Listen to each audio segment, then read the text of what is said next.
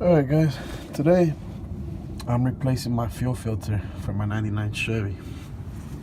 Pretty much I used some pliers to hold this down, and this was a size 16, so was this one. I had put on a new fuel pump, so I'm gonna put this fuel filter. She's looking good for a 99. You can either take these out or just whack this thing out. Whatever you find easier. I recommend taking one out just so you have some play. Anyways, let's get to it.